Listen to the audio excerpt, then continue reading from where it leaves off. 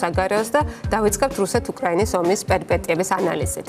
რუსეთი მშვიდობიან მოსახლეობათა თავდასხმების ესკალაციას ეწევა უკრაინის უკვე შეიძლება ითქვას ლეგენდარული ოპერაციის ობობის ქსელის პასუხად. უკრაინის დიდით მეორე ქალაქ ხარკოვზე ყველაზე დიდი იერიში მიიტანეს უპილოტო თვითმფრინავებით დაშავდა ათობით ადამიანი არის მსხვერპლიც, მათ შორის დაიღუპნენ თვენახევრის ბავშვი და 14 წლის გოგონა. ამ ტერორისტულ იერიშზეც და უფრო ფართო სურათზე, როგორც სამხედრო, ასევე პოლიტიკურზე ვისაუბრებთ ჩვენს სტუმართან ერთად. ვახტანგ კაპანაძე გახლავთ ჩვენთან ერთად, ანალიტიკური ორგანიზაცია GeoCase-ის მკვლევარი და გენერალი. მოგესალმებით, მადლობა სტუმრობისთვის. ის რომ ობობის ქსელის ოპერაციაზე საპასუხოდ პუტინი ემზადებოდა, ეს ტრამპმაც შეგვატყობინა მათი სატელეფონო საუბრის შემდეგ, რომ ვისაუბროთ, რამდენად მასშტაბური არის ზიანი, რაც მიადგა ხარკოვს, ასევე დრონებით იყო მასირებული შეტევა კიევზე, ლვოვზე და რამდენიმე ქალაქზე. მოგესალმებით, მიესალმებით თქვენ მაყურებელს, მადლობთ მოწვევისთვის. დღეს გვაქვს სურათის შემდეგი. რუსეთი ახორციელებს ანგარიშწორების ან საპასუხო აქტებს, უკრაინა ახორციელებს გეგმიურ დარტყმებს. ეს ორი დიდი განსხვავება არის და იმას, რასაც გვპირდებოდა მედვედევი რაღაც ანთებული თუ გმირული თვალებით, ეს იყო ცუნამი, მიწისძვრა, მიწიდან აღგვა ამ უკრაინის. ეს არის ის, რაც შეუძლია რუსეთს აი საპასუხოდ განახორციელოს და რა შეუძლია რუსეთს. გუშინ იყო დარტყმა, ძირითადად მაინც კიევზე იყო მიმართული დარტყმა და სადღაც 405 დრონით გაუშვეს თუ არ ვცდები. 36 გაშვებული საჰაერო ფრთოსანი რაკეტიდან 30 ჩამოაგდო უკრაინამ. 6 გაშვებული ბალისტიკური რაკეტიდან ეს ზუსტად არ იციან, ეს იყო ისკანდერი თუ ეს იყო AN-28 კორეული, 4 გაანადგურა უკრაინამ ჰაერში და ასე შემდეგ და ასე შემდეგ და მოხდა დარტყმები საცხოვრებელ სახლებზე, დაიღუპა 4 ადამიანი, აქედან 3 მეხანძრე ერთდროულად. აქ კიდევ საკითხია ეს მეხანძრები არის ერთი ინფორმაცია, რომ გწმენდისას აფეთქდა ის ნაწილი, რომელიც ჩამოვარდა ჩამოგდებული რაკეტის და ის ნაწილი აფეთქდა და ამან გამოიწვია მეხანძრეებში მსხვერპლი. მეორე, რაც ძალიან ცუდი არის რომ გახორციელდა ეგრეთ წოდებული double tap-ი, ანუ მეორადი დარტყმა, რომელიც ხორციელდება და რომელიც დაუშვებელი არის ომის კანონების მიხედვით არ არის მიღებული, ნახა ეს არა გაწერილი, მაგრამ არ ითვლება სამხედრო სწორად გადადგმულ ნაბიჯებად, როდესაც მაშველები გადიან უკვე დაზიანებულ ობიექტზე და ხდება დარტყმა. შეწყდა მიმოსვლა ერთი მეტროსადგურიდან, დარნიციდან, კარგად ვიცნობ ხო მეტროს იქ უკრაინის მეტრო, დარნიციდან ლევაბერეჟიაზე, ეს ხაზი რომელიც გადიოდა ზედაპირზე, ის იყო რაღაც იმის დაზიანდა ნამსხვრევებით, რომელიც რამოდენიმე საათში აღდგა მარცხენა ნაპირზე, უკრაინის მარცხენა ნაპირზე, კიევის მარცხენა ნაპირზე იყო შეფერხებები ელექტროგადაცემაში. დაარტყეს რუსებმა ქარხანას, რომელიც 20 წელი აღარ ფუნქციონირებს და აღარ მუშაობს და ეს იყო ეს გამუქრებული საშინელი პასუხი რუსების მხრიდან. ხო, ანუ ეს ესკალაცია არის რა თქმა უნდა არის, მაგრამ ეს არის ის, რაც შეუძლია რუსებს. აი ამაზე მეც ვეღარ აკეთებ. ანუ ამაზე მეტი არის უკვე ეს თეორიული დამუქრებები, იმიტომ რომ ეხლა ამჟამად აი ამ დარტყმებში მონაწილეობდა 5 ბომბდაბშე სტრატეგიული, რომელიც ადრე 20 აფრინდებოდა ხოლმე, მაგრამ ამ დარტყმების შემდეგ სულ 5 იყო ჰაერში აწეული. ეს კარგად ჩანს, ეხლა არის რუკები, მოძრავი რუკები, როგორც სადაც ჩანს ის დრონების გადაადგილება, ასე შემდეგ.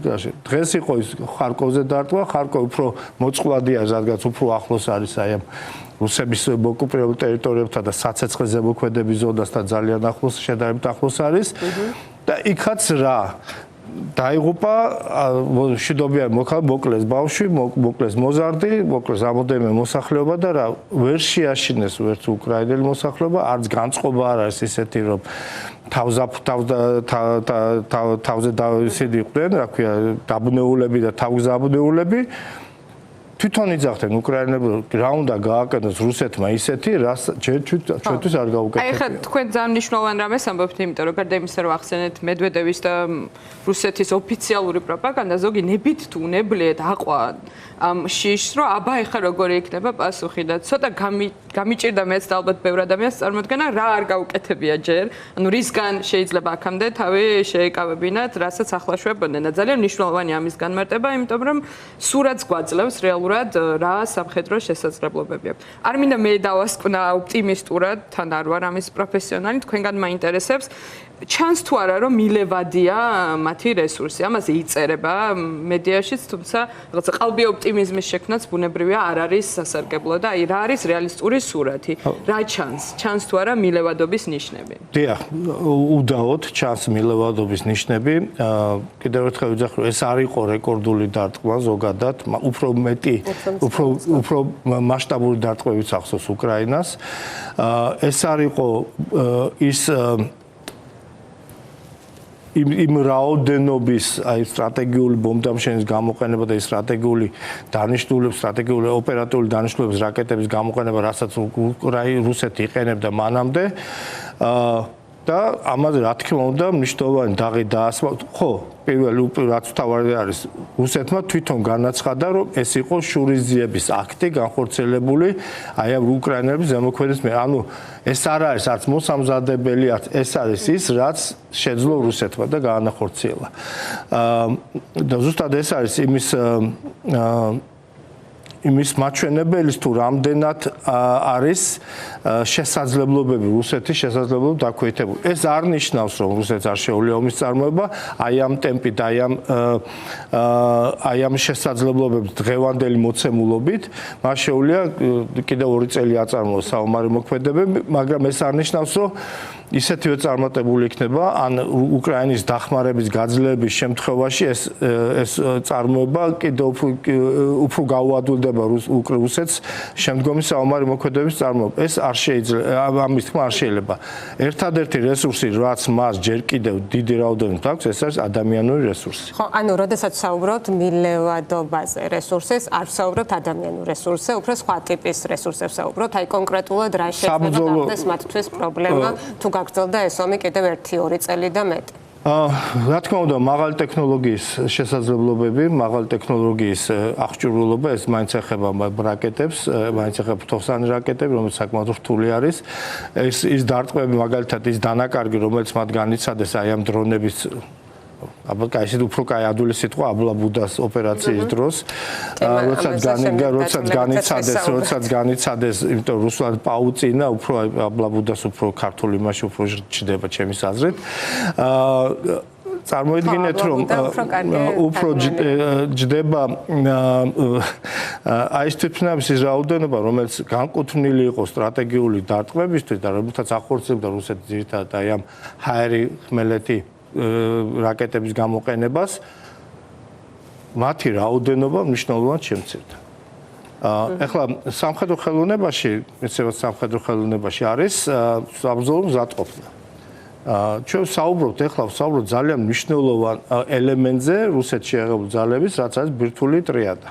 ბირთვული ტრიადის საჰაერო კომპონენტი. ეს არის საჰაერო გადამტანები, ეს ბომბდამშენები, რომელიც კეთდებოდა ჯერ კიდევ საბჭოთა კავშირის დროს. და რომელსაც რუსეთი ვეღარ გააკეთებს, ვეღარასოდეს, უახლოეს მომავალში მაინც საშუალო ადიან პერსპექტივით ვეღარ გააკეთებს, ვინაიდან ისიც ყოფოდა ნაწილი უკრაინაში, ნაწილი შუა აზიაში. ეს არის ძალიან მნიშვნელოვანი მარაგის შევსება როგორ შეუძლია. განადგურება ძალიან მნიშვნელოვანია, მაგრამ შევსება როგორ ხდება? აი ამ სტრატეგიული მარაგების შევსება მას ძალიან გაუჭირდება, არც ჩინეთი მიმცემია, ამ გადამცემი ამისი არ არის და არც ჩრდილო კორეა მithumetes, ვინაიდან ეს არის დათვლადი. ეს არის აი ბირთვული სახელმწიფოების ხელშეკრულების შესაბამისად ეს არის დათვლილი ყველა და ფარულად ამას ვერ გააკეთებს და ეს შესაბამისი მასშტაბის არის და აქ ვუნდები საბრძოლო მზადყოფნას და როგორც წესი სტრატეგიული კომპონენტი ყოველთვის არის უმაღლეს საბრძოლო მზადყოფნას.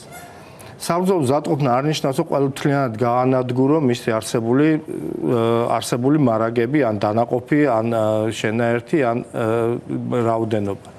20-25%-ის დანაკარგი უკვე ნიშნავს, რომ საბრძოლო მზადყოფნისგან დაბალ დონეზე იწევს, ანუ მის წინაშე დასმულ ამოცანებს ვეღარ შეასრულებს. რა თქმა უნდა, მას შეუძლია ახლა კიევი დაბომბოს, უკრაინა დაბომბოს, მაგრამ ის რისთვისაც განკუთვნილი იყო ის თავის დროზე, როგორც შემაკავებელი ელემენტი, იგივე დასავლური საჰაერო სტრატეგიული საჰაერო ძალების წინააღმდეგ, ან დარტყმების განსახორციელებლად იმ მიზნებზე, რომელიც იყო ბირთვული დარტყმების განსახორციელებლად, რომელიც იყო დასავლეთში, ამის შესაძლებლობა მნიშვნელოვნად შეუმცირდა რუსეთს. ეს რა თქმა უნდა ძალიან მძიმე დანაკარგი არის ზოგადად რუსეთისთვის, როგორც პოლიტიკურად, ისე სამხედრო თვალსაზრისით და ისე მორალურ და ფსიქოლოგიურად. კი ბატონო, ძალიან კომპლექსური ოპერაცია იყო, ხო? ეს აბლაბუდა, გარდა იმისა, რომ დიდხანს იგეგმებოდა, საჭიროებდა მნიშვნელოვან ადამიანურ რესურსს, შიგნით რუსეთში რესურსს, ხელოვნური ინტელექტი იყო ჩართული, ან ტექნოლოგიურ განვითარებას და ასე შემდეგ. რას მეტყველებს, რას გვევნება ეს უკრაინის შესაძლებლობებზე და იმაზე, თუ როგორ განვითარდა ეს შესაძლებლობები ამ ომის განმავლობაში? ხელოვნურ ინტელექტზე განსაკუთრებით ბევრი კითხვა გაჩნდა და ესეც საინტერესოა, იმიტომ რომ რასაც უყურებთ, განსაკუთრებით გამოიკვეთა, რომ მედიცინის, სამხედრო სფეროში განსაკუთრებით დაწინაურება მოხდა და ამ კომპონენტზეც რომ ვისაუბროთ, იმიტომ რომ რუსეთს ნამდვილად არ აკლდება თქვენს აღნიშნეთ ადამიანური რესურსი, მაგრამ 21 საუკუნის ომი თითქოს არ უნდა იყოს ადამიანურ რესურსზე. ძალიან კომპლექსური კითხვა არის და ძალიან შევეცდები რაღაცა გაგცეთ პასუხი. მოდით დავიწყოთ იქიდან, რა ხელშემწყობი პირობები იყო აი ამ ოპერაციის განხორციელებისთვის. ხელშემწყობი პირობები იყო თავი ის უკრაინელი მოსახლეობა, რომელიც ცხოვრობს რუსეთის ტერიტორიაზე. ეთნიკურად უკრაინელები, რომელიც დიდი რაოდენობით ცხოვრობენ რუსეთის ტერიტორიაზე, მათი რაოდენობა მნიშვნელოვნად დიდი არის ურალის იქით, ციმბირის მიმართულებაზე, შემდგომში ჩასახლებულებისია საუბარი და ანუ მათში მოძიება მხარდამჭერების გაცილებით ადვილი არის. თავის დროზე მოსადი ამაყობდა იმით და ამოდა უპირატესობა ჰქონდა მოსადს ამერიკის CIA-სთან შედარებით იმაში, რომ ბევრი ებრაელი იყო მსოფლიოში მაცხოვრებელი და მათში მხარდამჭერის პოვნა გაცილებით ადვილი იყო, ანუ აგენტურული ქსელის ჩამოყალიბება ადვილი იყო ამერიკული ტექნოლოგიებისგან ჩამორჩენის მიუხედავად. იგივე ხდება დღეს რუსეთში. მე ვერ ნახავ ადამიანს, რომელიც მეტყვის, რომ რომ დააყენო ერთად უკრაინა და რუსი განასხვაოს ერთმანეთისგან ფიზიოლოგიურად, ხო? ფაქტიურად ძალიან გვანან ერთმანეთს. თუ ესე იგი ძალიან შორეული კარპატებიდან არა ჩამოსული აქცენტი არა აქვს მას რუსული, თუ მithumetes თუ რუსეთში ცხოვრობს, მას უკვე ფესვები აქვს გადმული, რუსულადაც ლაპარაკობს აქცენტის გარეშე და ასე შემდეგ. ანუ ეს ჰიუმენიტი ეგრეთ წოდებული ადამიანური რესურსების დაზვერვა, ანუ აგენტურული დაზვერვა უკრაინისთვის გაადვილებული იყო. ამას დაუმატოთ ძალიან დიდი რაოდენობა გოსბაიტერების, რომელიც იმყოფებიან ტერიტორიაზე, ეს არიან ნახევრად არალეგალურად შესული ან ნახევრად ლეგალურად შესული შუააზიელი მოსახლეობა, რომელთაც გარკვეული თანხის შემთხვევაში შეუძლიათ გააკეთონ ის, რაც საჭირო არის. ამას ემატება კონტრდაზვერის აღმოჩენის სისუსტე, რუსების კონტრდაზვერის სისუსტე, მე რამდენჯერ ჩავარდა FSB და მაგრამ FSB-ს უბედურება ის არის, რომ უბრალოდ რესურსი არ ყოფნა, ჯერეთ იმიტომ რომ დიდი ტერიტორია, მეორე ის რომ მისი მთელი რესურსი მიმართული არის შიდა პოლიტიკური პრობლემების გადასაწყვეტად, იმის მაგალითად რომ მიმართული იყოს გარე პრობლემების შეკავებისაკენ, პრევენციისაკენ. ეს ზოგიერთ ქვეყანასაც საინტერესოა ზოგიერთ ქვეყანას ჭირდება დიდი რესურსი. და ამავე დროს ის კორუფციის დიდი დონე, რომელიც საშუალებას იძლევა, რომ შეიტანო იქ რაც გინდა, გამოიტანო რაც გინდა, იქ გადაუხადო, თქვა, იგივე გაის შესაბამის თანხად და ეს გაატაროს ეს ფურები, რომელიც არ შეამოწოს კორუფცია. კიდევ სხვა თემები რო აღარ ჩამოთვალოთ, ეს მნიშვნელოვანი ხელშემწყობი პირობები იყო. ეხლა ის რომ უკრაინას ჰქონდა ძალიან კარგად ორგანიზებული ტექნოლოგიურად ამაში მე ვხედავ, რომ დახმარება დიდი იყო, განსაკუთრებით აი ამ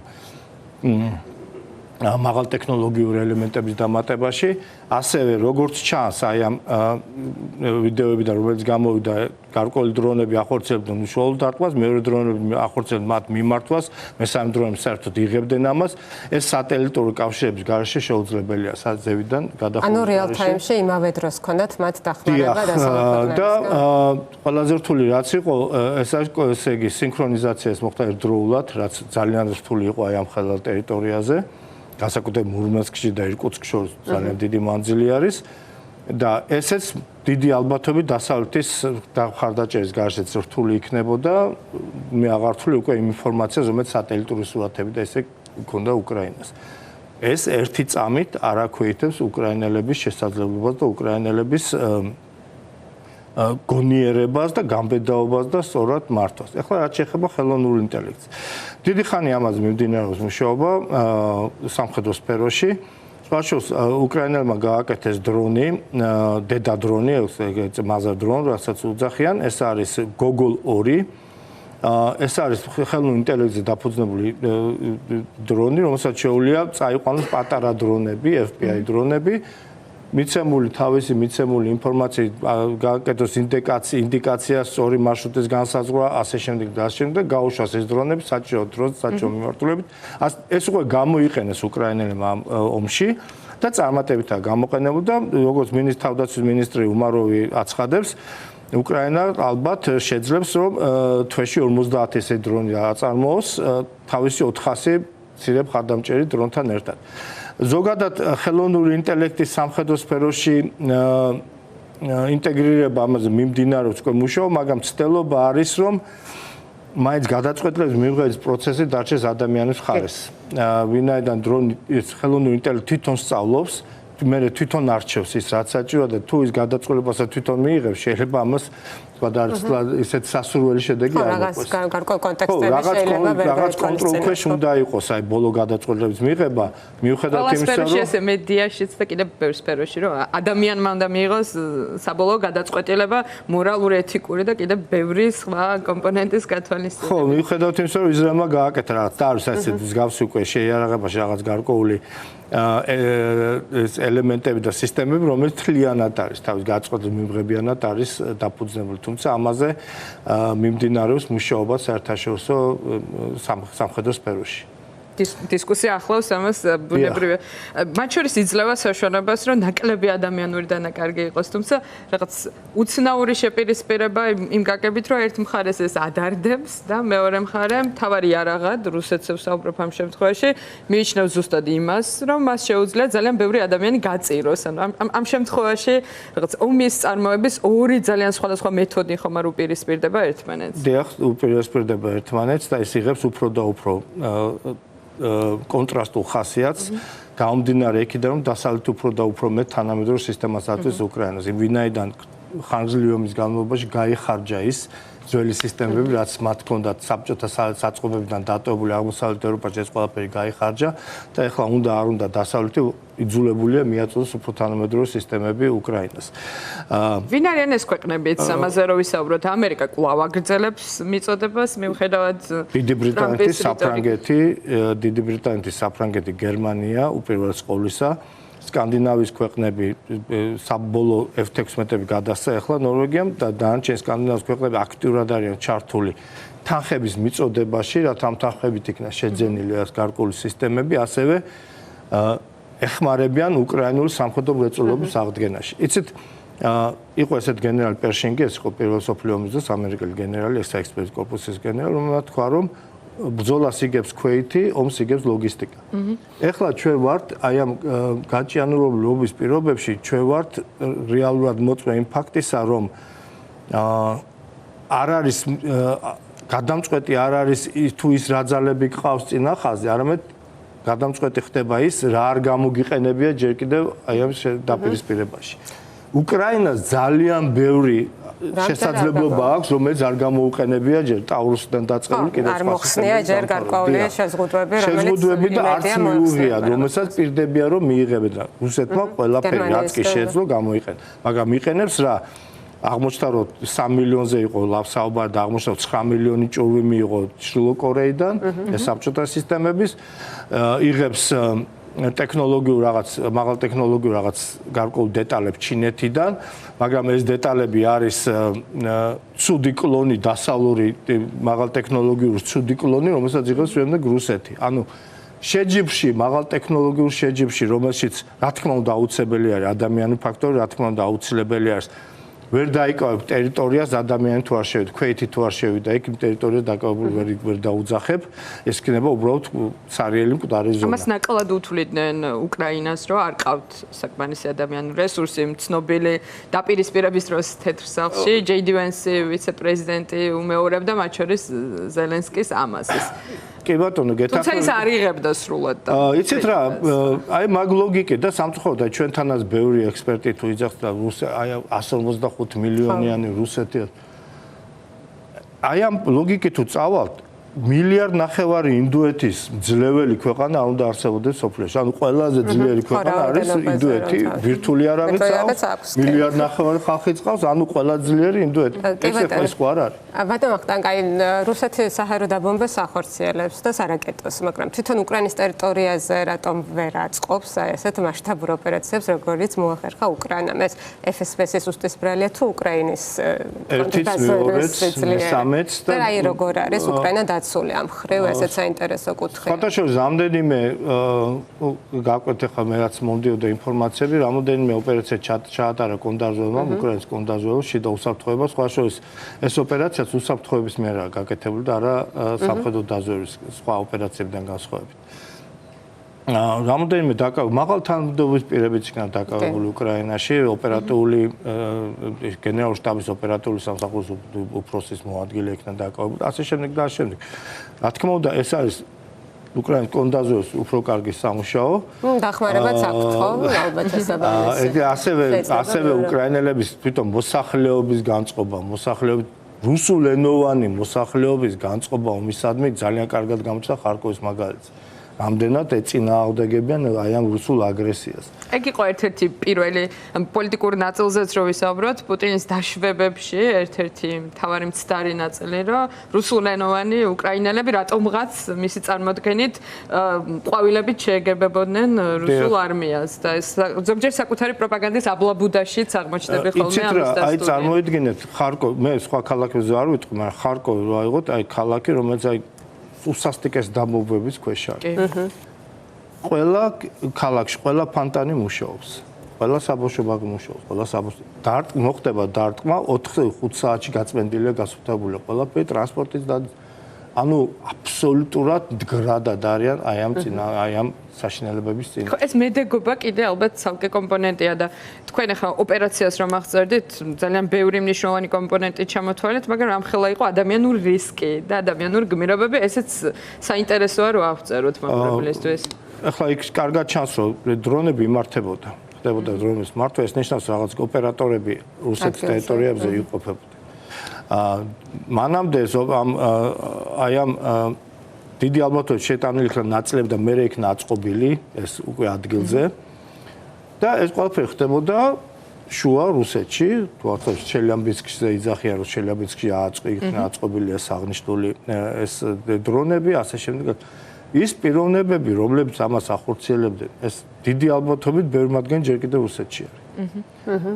რუსეთში არის დაწოლილი, ან მან ესე ახლა წარმოვიდგინეთ, ის ოპერატორი უნდა მოამზადო.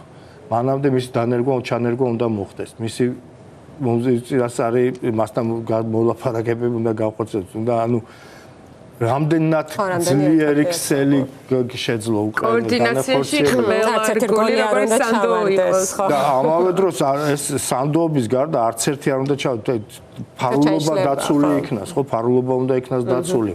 მათ უსაფრთხოება უნდა იქნას დაცული, ჯერჯერობით ხო ლაპარაკია. ეს мотиваციაზეც არის არა? რა თქმა უნდა. რა თქმა უნდა мотиваცია ფსიქოლოგიური კომპონენტი. არც ერთი ფულის გამო სასიკვდო თავს არ გაწირავს აი ესეთი ამოცანის შესრულება.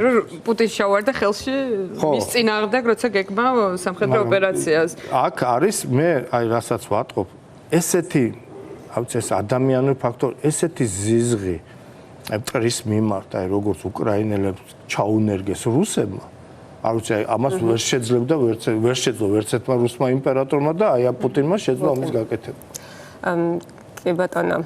ალბათ უნდა ვისაუბროთ თავად უკრაინის შიგნით ოპერაციაზე ძალიან ზაფხულის კამპანია რუსეთის ახლა როგორ მიდის ჩვენ ვიცით რომ გასული თვეების განმავლობაში ძალიან წინსვლა ქონდა თუმცა ძალიან შეფერხებული შემდეგ იყო ეპიზოდი თითქოს როცა ის აჩქარდა იმ მთლიანობაში როგორ შეგვიძლია შევაფასოთ და აი ამ მოცემულობაში თუ არაფერი მნიშვნელოვნად არ შეიცვალა მოლაპარაკებების ფარგლებში და ასეთი პირი უჩანს ჯერჯერობით რა ხანგრძლივობისად შეიძლება წარმოვიდგინოთ ეს მიმდინარე ომი დღეს ტრამპმა ისიც თქვა რომ ცოტა უნდა იჩხუბონო კიდევ რომ შემდეგ გამოჩნდეს პოზიციები როგორი ფორმით თქვა აი დღეს იყო ახალი ამბავი რომ რაღაც მოედანზე პატარა შეიძლება თქვას რომ არ უნდა ვაჩხუბოთ აი არც კი დავეწყეთ მაგამბეთ იმიტომ რომ ბოლო ვისაც დაელაპარაკება მე შემდეგ იმის აზრის გაფართოება თავარია ქმედებები ალბათ მაინც ქმედებები იმისა რომ დიდი წონა აქვს პირველ რიგში მოდით მე სამუშაო თქვენ კითხვას გავცემდი პასუხს მაგრამ ჩამოთვალოთ ის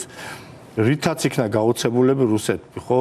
ჯერ იყო კიევიდან მოგერიება. მეორე იყო კურსკის ჩაძირვა, ხო? კრეისერ ფლაგმანის, შავი ზღვის ფლაგმანის ჩაძირვა. შემდეგ იყო აი ეს დარტყმები. ანუ უამრავი არ გახმაურდა, იმიტომ გადაფარა ამ მოვლენამ, თორე ყირიმის ხიდზე მოხდა აფეთქება, ხო? საყდენი ააფეთქეს, ეს ძალიან გრძელი, ეს სხვანაირი აფეთქება იყო, ეს წყალქვეშა აფეთქება იყო, ესაც საკმაოდ ძნელი მოსამზადებელი არის. თუმცა ვერ მოიშალა ეს ხიდი, ხო?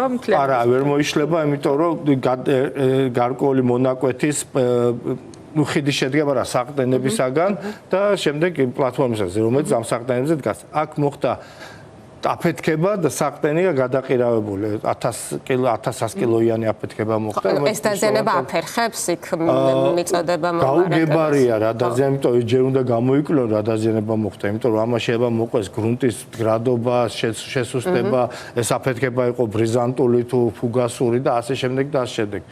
და მაგრამ ამის აღდგენა შეიძლება, მაგრამ ამასაც დრო ჭირდება შესაბამისად, ხო? და აი ამის საპირისპიროდ ერთად ისეთ მნიშვნელოვან რუსულ იმას ვერ დამისახელებთ, რაღაც ოპერაცია, რომელიც თქვა რომ რაღაცა რუსებმა ეს განახორციელეს, შეძლეს ამის გაკეთება და ასე შემდეგ. რამე გამამცირებელი ეფექტი ქონოდა და პრესტიჟის, უკრაინელების პრესტიჟის შემამცირებელია. ეხლა ვითარება რა მდგომარეობაშია ვითარება. რუსები ახერხებენ ამინდების სრულებასთან ერთად, ახერხებენ განსაკუთრებით სუმის ოლქში წინსვლას. ვერ ვიტყვი რომ ეს არის ოპერატიული სისწრაფით ოპერატიული სიჩქარე დახორციელებენ ამას, სულ 4-5 კილომეტრი გაიარეს ყველა მეტი ერთ დღეში. და თითქოს და აი ამ უნდათ გაანახორციელონ აი ამ ბუფერული ზონის შექმნა თუ სანიტარული ზონის შექმნა, მაგრამ ვინაიდან ეს ძალიან ლოკალურად ხდება და მცირე მასშტაბებით, ხო ეს არ არის იმ ეფექტის მომტანი, რაც მათ უნდათ. მაგრამ ვინაიდან დაინახეს რომ აქ უფრო მეტი წარმატება აქვს ვიდრე ისე პაკროვსკის მიმართულებაზე აცდილობენ რომ აქ განახორციელონ დაწოლა მაგრამ დაწოლა ვინაიდან ამავე დაწოლა წარმატებით ხორცელ კიდევ შედარებით იმიტომ რომ საუკეთესო დანაყოფები არიან აქ ჩართული რუსების ეს არიან მედესანტეები საზღვაო ქვეითები და ასე ამის გამო კურსკის ეგრეთ წოდებული როგორც უკრაინელები უძახიან თუ რუსებიც უძახიან კოსმოსური ქვეითები იცავენ კურსკს, ეს არის საჰაერო კოსმოსური ძალების ესე იგი სამხედრო მოსამსახურები, ანუ ავიაციის სამხედრო მოსამსახურები გავიყენებენ კურსკში საომრად რუსები, ვინაიდან ძირითადი საბრძოლო დანაყოფები გადასროლილია სუმში და ეს გამოიყენეს ახლა უკრაინელებმა და ახლა ბოლო დროს კიდევ დაიწყეს კურსკის მიმართულებაზე გააქტიურება. ანუ არ არის აქ მნიშვნელოვანი ცვლილებები ფრონტზე, დასავლეთის ფრონტზე ცვლილებების გარეშე, შეგვიძლია თქვა და აღმოსავლეთის ფრონტზე ცვლილებების გარეშე, შეიძლება ვთქვათ, მნიშვნელოვანი ცვლილებები არის. ოპტიმისტურ ტენდენციაში უკრაინა, იმიტომ რომ თავის დროზე ეს კონტრშეტევა უკრაინის, რომელიც მზადდებოდა და დიდხანს ველოდით, არ გამოვიდა წარმატებული ობიექტურად. ახლა არის თითქოს პირველად ამ ოპტიმისტურად შემოწიალების გეთანხმებით და მაგრამ აი აქ როგორ არის, იცით რომ უკრაინას ჯერ არ შესწევს ძალა ტერიტორიების დაბრუნებას. უკრაინას შესწევს ძალა შესაბამისი დახმარებით რომ შეაჩეროს რუსების წინსვლა. რუსები ცდილობენ მაქსიმალურად ვინაიდან გრძნობენ რომ დღეს ხვალ დადგება მომენტი რომ ცეცხლის შეწყვეტაზე იქნება საუბარი, რაც შეიძლება მეტი ტერიტორია დაეკავონ, ვინაიდან ნულოვან ხაზზე იქნება გაჩერება ცეცხლის გაჩერება რა აქ ალბათ. ეს არ არის სამშვიდობო, ეს იქნება ცეცხლის შეწყვეტაზე მხოლოდ და მე ჩემის აზრით წლის ბოლომდე მსგავსი ხელშეკრულება დაიდება. ამდენად შესრულდება, დიახ, ეს იქნება გაუთავებელი აქვია დაპირისპირებები, გაუთავებელი პროვოკაციები, ასე შემდეგ, მაგრამ მეტი კარტი უჭირავს ხელში, ხო? მეტი კარტი უჭირავს ხელში უკრაინას და ნუ დაგვაუწყდება დასავლეთის ფაქტორი. თქვენ თუ ბრძანეთ, რომ დასავლეთები რომელი ქვეყნები გერმანიის კანცლერი თუ ავსტები, თუ თავდაცვის განაცხადა, რომ ჩვენ ვეხმარებით უკრაინას და დავეხმარებით უკრაინას, მაგრამ ეს უნდა დარჩეს, ეს არ უნდა იყოს მედიის განსახილველი, ვინაიდან რუსები ემზადებიან ამ დახმარებისათვის. ეს როდესაც ესეთ განცხადებას აკეთებ, ის უკვე პროცესი დაწყებული არის. როდესაც გერმანია აკეთებს განცხადებას, რომ ჩვენ ვიღებთ ვალდებულებას, რომ ჩვენი ბიუჯეტი გაიზრდება 5%-მდე კი. ტრამპი რასაც ეთქოს საინტერესოა, სხვაებიც თუ აყვებიან, ნუ პოლონეთი არის უკვე ასე, მაგრამ დანარჩენებს ჯერჯერობით გავანებოთ, რაც უფრო ამერიკა ადრე ჩაეხსნება აი ამ ვითარებას, უფრო კარგი იქნება, იმიტომ ეცოდინებათ უკვე, რომ აი არ არის და ჩვენ თავზე უნდა ავიღოთ ეს ყველაფერი. და გერმანია როცა აცხადებს, რომ პირობას დებს, რომ ეყოლება ევროპაში ყველაზე ძლიერი შეიარაღებული ძალები, ამას ისახის გერმანია. ისტორიას ვის გადახედავს, მიხვდება, რომ გერმანიას მსგავსი შეუძლია გააკეთოს. ბრიტანეთმა 16-ჯერ გაზარდა თავის სამხედრო წარმოება. 6 წყალქვეშა, ბირთვულ წყალქვეშა ნავის პროექტზე დაიწყო მუშაობა. საფრანგეთის ასევე ზრდის თავის შეიარაღებულ ძალებს და ეხლა ვიმეორებ სიკორსკის ძალიან ესე მოსწრებული ნათქვამი აქვს, რომ სერცხვილია, როდესაც 500 მილიონიანი ევროპა ეხვეწება 300 მილიონიან ამერიკას, 155 მილიონიან რუსეთისგან თავი დაგვიწყდა.